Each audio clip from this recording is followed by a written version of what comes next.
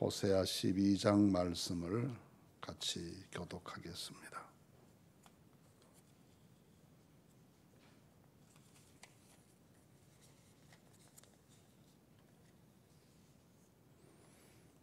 호세아 12장 말씀. 에브라임은 바람을 먹으며 동풍을 따라가서 종일토록 거짓과 포악을 더하여 아수르와 계약을 하고 기름을 애굽에 보내도다.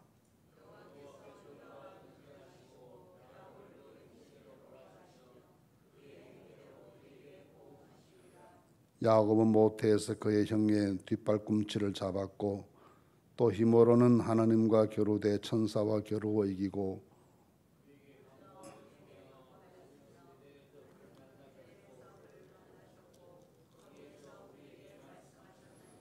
여호와는 만군의 하나님이시라. 여호와는 그를 기억하게 하는 이름이니라.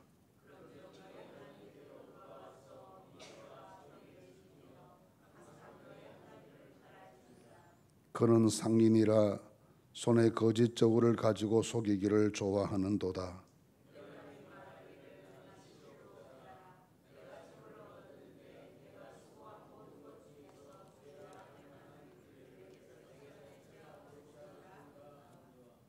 내가 애굽 땅에 있을 때부터 나는 내 하나님 여호와니라. 내가 너로 다시 장막에 거주하게 하기를 명절날에 하던 것 같게 하리라.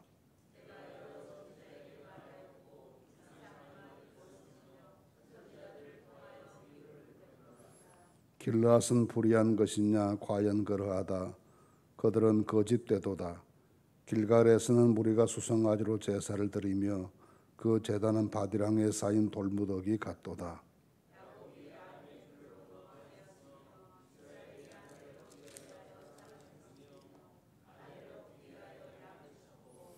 여호와께서는 한 선지자로 이스라엘을 애굽에서 인도하여 내셨고 이스라엘이 한 선지자로 보호받았거늘 에브라임이 경노하게 함이 극심하였으니 그의 주께서 그의 피로 그의 위에 머물러 있게 하시며 그의 수치를 그에게 돌리시리라. 아멘. 사람의 일생을 잘 요약해서 기록한 것을 이력서라고 합니다. 새로운 곳에 취직을 하거나 자기를 소개할 때 이력서를 제출하는데 가급적이면 좋은 경력을 다 빠짐없이 기록해서 보는 사람으로 하여금 자기를 선택하는데 도움을 주기 위해서 자세하게 칭찬받을 만한 일들을 많이 기록합니다. 그런 일들을 나라에 비유하면 그 나라의 역사라고 할 수가 있을 것이고 우리가 한편으로 하나님 앞에 우리 영적인 이력서를 기록할 수 있다면 어떤 내용들을 기록할 수 있을지를 생각해 보아야 합니다. 이런 말씀 드리는 건 이 12장의 말씀이 이스라엘의 범죄 역사를 기록한 것과 같은 내용이기 때문입니다. 일종의 이스라엘 민족의 범죄 이력서와 같다. 그런 느낌을 가지는 말씀이 12장 말씀인데 하나님 앞에 은혜를 많이 받았으나 배신을 거듭하고 마치 호세아의 저 고멜과 같이 우상 따라가고 그런 일을 하다가 결국은 하나님 앞에 진노를 받게 되었다라는 내용으로 이스라엘의 범죄 역사를 기록해 주는 내용입니다. 우선 1절 말씀 보시면 에브라임은 바람을 먹으며 동풍을 따라갔다 그런 말씀이 있습니다. 에브라임이라고 하거나 야곱이라고 하거나 하는 것은 개인적인 이름이나 한 지파의 명칭을 말하는 것만이 아니라 이스라엘 민족 전체, 국가 전체를 대표하는 하나의 상징어라는 말씀을 자주 드렸습니다. 이스라엘이 왜 하나님 앞에 죄를 지었는지 설명하면서 그 살아가는 모든 내용이 바람을 먹는 것과 같고 동풍 따라가는 것 같았다 했습니다. 사람이 바람을 많이 마시면 일시적으로 배가 부른 것처럼 보이겠지만 그게 얼마나 공허하고 허탄한 것입니까?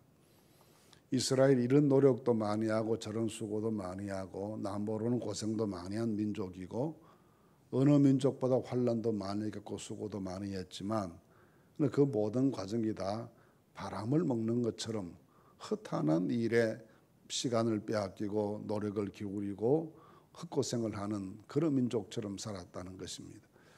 그런가 하면 동풍을 따라갔다라고 합니다.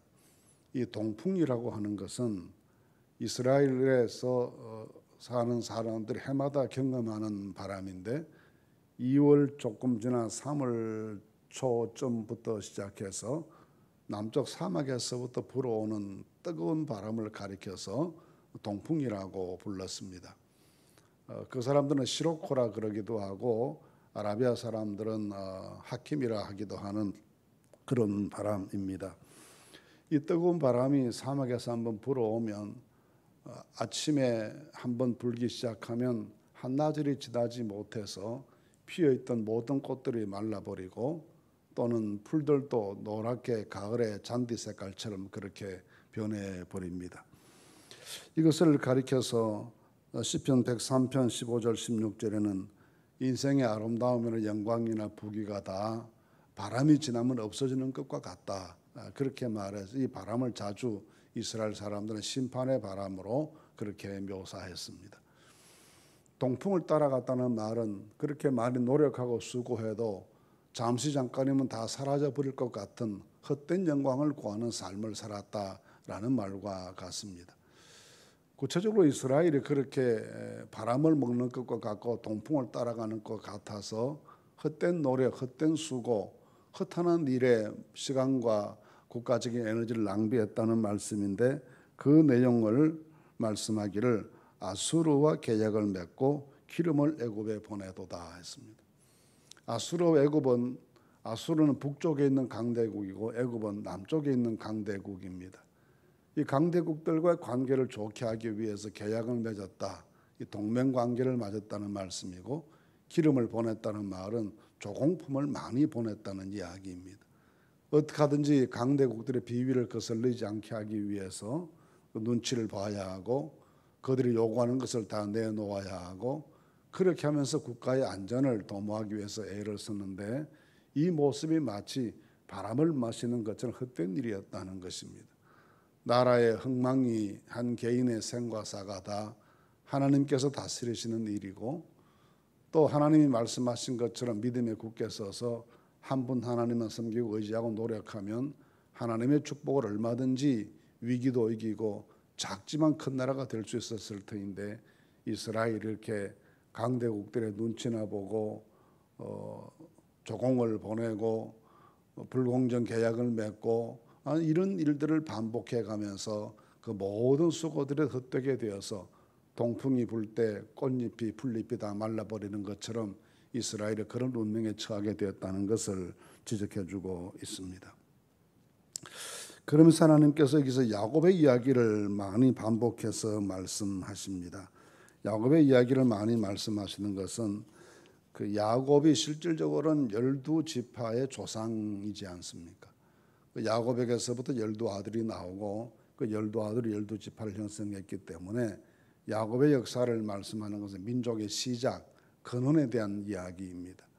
근데 민족 근원에 대한 말씀을 하면서 야곱을 향한 첫 번 평가가 태어날 때 형의 뒷발 검치를 잡고 태어날 만큼 시기심이 많고 간교한 사람이었다는 것을 지적하면서 이스라엘이 본래부터 그렇게 착한 민족이 아니었다는 점을 지적해 줍니다.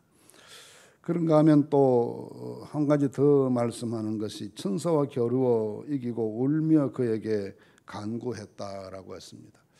주일날 말씀드린 것처럼 야곱의 야복강에서의 밤을 새우는 실험과 기도에 대한 말씀인데 그렇게 밤새 하나님께 간구했다 했습니다.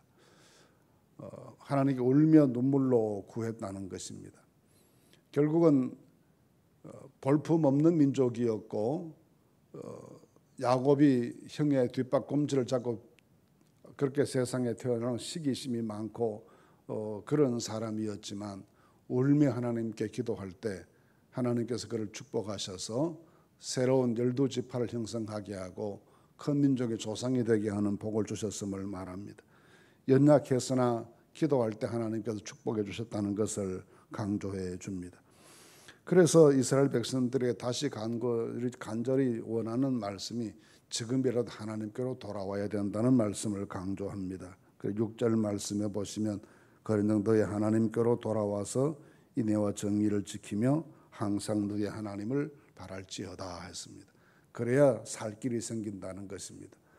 강대국들을 찾아가서 조약을 잘 맺는다고 해서 그 조약이 무슨 소용이 있습니까?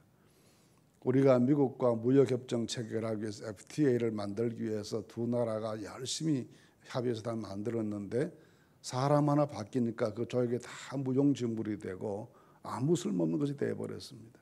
그때 수고한 대통령들이나 무역협상하기 위해 애쓴 사람들의 모든 노력이 아무 소용없이 되는 것처럼 이 당시에도 그랬던 것입니다. 아수르와 조약을 맺는다고 해서 아수르가 이스라엘을 지키겠습니까? 이집트에 기름 몇 통 갖다 준다고 이집트가 군대 동원해서 이 나라를 보호해 주겠습니까? 그렇게 자비를 베풀 분은 하나님밖에 계시지 않습니다. 그 하나님 던져버린 것이 너무나 큰 상처였고 손실이었습니다. 그래서 지금이라도 하나님께로 돌아오라. 그럼 하나님께로 돌아온다는 게 뭘 말하는 거냐? 세 가지를 직시했습니다. 인애와 정의를 지키고 항상 하나님을 바라보고, 이것이었습니다. 인애란 서로 사랑하는 것이죠. 정의란 사회적으로 공평하게 모든 일이 의롭게 이루어지는 것을 말하는 것이고, 하나님 바라보는 것은 늘 하나님께 소망을 두고 하나님께 의지하고 기도하는 것을 말합니다. 이렇게 하나님께로 돌아오라고 지금이라도 그것이 살 길이다라고 호세아가 이 백성들에게 강조해 줍니다. 그런데 7절 말씀 이하에 보시면 그런데도 여전히 그들은 자기 자만심이나 혹은 하나님 없는 삶에 만족하는 것처럼 보입니다. 이렇게 스스로를 말합니다. 그는 상인이다. 손에 거짓 저울을 가지고 속이기를 좋아하는도다. 에브라임이 말하기를 나는 실로 부자라. 내가 재물을 얻었는데 내가 수고한 것 중에서 죄라 할 만한 불의를 내게서 찾아낼 자 없으리라 했습니다. 하나님 보시기에는 이 사람들이 거짓 저울을 가졌습니다. 장사하는 사람이 거짓 저울을 가졌다는 것은 상도덕이 무너졌고 상거래에 있어서 정의로움이 실종되었다는 것을 말하죠. 하나님께서는 이 저울을 속이는 것을 정말 엄격하게 금지하셨는데 이 저울을 속이는 이 사람들이 이스라엘 사람들이다라고 해서 모든 면에서 공정하지 않고 불의하고 남을 속이기를 좋아하고 거짓말 잘하고 이런 사람들이 됐다는 것이죠.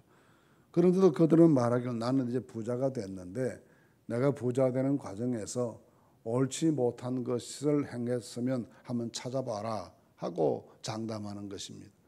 하나님 보시기에는 틀림없이 그렇게 부정한 저울을 가지고 장사를 했는데 사람을 잘 속였으니까 아무도 그 비밀을 찾아내지 못할 만큼 완벽하게 속였으니까 찾아내려면 찾아봐라 하고 자기의 죄에다가 죄를 더하는 그런 모습을 보입니다. 이런 모습이 이스라엘의 모습이라고 하니까 하나님께서 심판하지 않을 수 없고 징계하지 않을 수 없다는 것입니다. 사람이 욕심이 나면 거짓말을 하기도 하고 어떤 면 속일 수도 있습니다.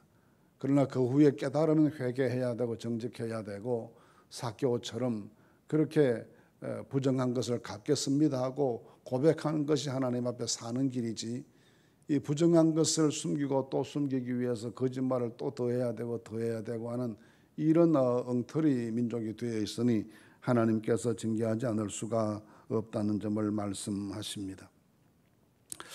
그러면서 하나님께서 그럼에도 불구하고 이 민족에 대한 사랑과 긍휼의 마음을 금하지 못하시는데 9절 말씀에 보시면 내가 애굽 땅에 있을 때부터 나는 내 하나님 여호와니라. 내가 너로 다시 장막에 거주하기 위하기를 명절날에 하던 것 같게 하리라 했습니다. 애굽에 있을 때부터 내가 얼마나 사랑했느냐는 것입니다. 그래서 다시 평안한 장막 생활을 할 수 있도록 이 장막을 주신다는 말은 평안한 주거지를 주신다는 말씀인데 그렇게 할 수 있도록 하기 위해서 명절날에 하던 것 같이 하겠다. 이 명절날이란 애굽에 있을 때 가장 큰 명절이 무엇입니까? 유월절이지 않습니까? 애굽의 모든 사람들의 가정에 장자가 죽임을 당할 때에도 하나님께서 그 민족을 보호하셨던 것처럼 이제라도 하나님께 돌아오면 그날에 그렇게 너희를 보호했던 것처럼 앞으로도 보호할 것이라는 하나님의 사랑을 애절하게 호소합니다. 그런가 하면 그다음 말씀에 보시면 12절에 다시 이 야곱의 이야기를 합니다. 야곱이 아람의 들로 도망했고 아내를 얻기 위해서 수십 년 그렇게 고생을 했고 이런 어려운 삶을 살았다는 것이죠. 그 아버지 속이고 형을 속이고 도망할 때 야곱을 생각해 보면 훗날 12지파의 조상이 되는 것을 어떻게 상상할 수 있었겠습니까? 자기 목숨 하나 잘 부지하면 성공적인 삶이었지 않겠습니까? 그래서 도망할 때 하나님께 서원하면서 기도하기를 하나님 나 지켜줘서 가는 곳마다 먹을 것 주시고 입을 것 주시고 무사히 아버지 집으로 돌아가기만 해 주십시오. 12지파의 조상이 된다는 건 꿈에도 생각할 수 없는 일이었고 좀 무사하게 자기 아버지 집으로 돌아갈 수만 있으면 좋겠다고 그렇게 애절하게 호소했던 사람입니다. 그런데 하나님께서 그를 불쌍하게 여기셔서 그의 울며 기도하는 소리를 들으시고 엄청난 복을 주시고 은혜를 베풀어 주셨습니다. 하나님 그렇게 이스라엘을 사랑하시는 것을 말합니다. 과거 애굽에 있을 때 하나님께서 그렇게 민족의 생명을 지켜주셔서 번성하는 기초를 마련해 주시고 야곱이 그렇게 혈혈단신으로 범죄하고 도망하였을 때에도 그를 만나주시고 용서해 주시고 또 그를 축복하셔서 큰 민족의 조상이 될 수 있는 복을 주셨는데 이 은혜가 하나님의 은혜이므로 지금이라도 하나님께 돌아오는 것이 살 길인데 왜 돌아오지 않고 있느냐라는 안타까운 말씀이 오늘 말씀입니다. 이스라엘은 역사에서 계속해서 이렇게 하나님께 노엽게 하는 죄를 짓고 그 죄를 죄 아니다고 말하기 위해서 또 가짜 논리를 만들어내고 거짓으로 자기를 합리화하면서 더 빠져나올 수 없는 수렁 속으로 들어가는 그런 민족이 되어버리고 말았음을 안타깝게 지적하십니다. 이 말씀에서는 또 우리가 받아야 될 말씀이 있습니다. 그럼에도 불구하고 유일한 생명의 길, 유일한 회복과 축복의 길은 하나님께로 돌아가는 것이다. 그래서 돌아오라는 말씀을 호세아 선지자는 끝까지 놓치지 않고 이스라엘 백성들에게 전하고 있습니다. 이 아침도 우리가 마음을 다시 돌이키고 새롭게 해서 하나님 편에 온전히 서 있는지 온전한 신앙의 자리에 내가 발딛고 서 있는지를 돌아보면서 하나님 편에 굳게 서는 이 아침이 되실 수 있기를 간절히 바랍니다. 하나님께서 다시 환영하시고 축복하시고 은혜 베풀어 주시고 애굽에 있을 때처럼 사랑하시고 야곱처럼 축복해 주시는 이 은혜를 허락해 주실 줄로 믿습니다. 이 믿음으로 다시 기도하시는 이 아침이 되실 수 있기를 간절히 바랍니다.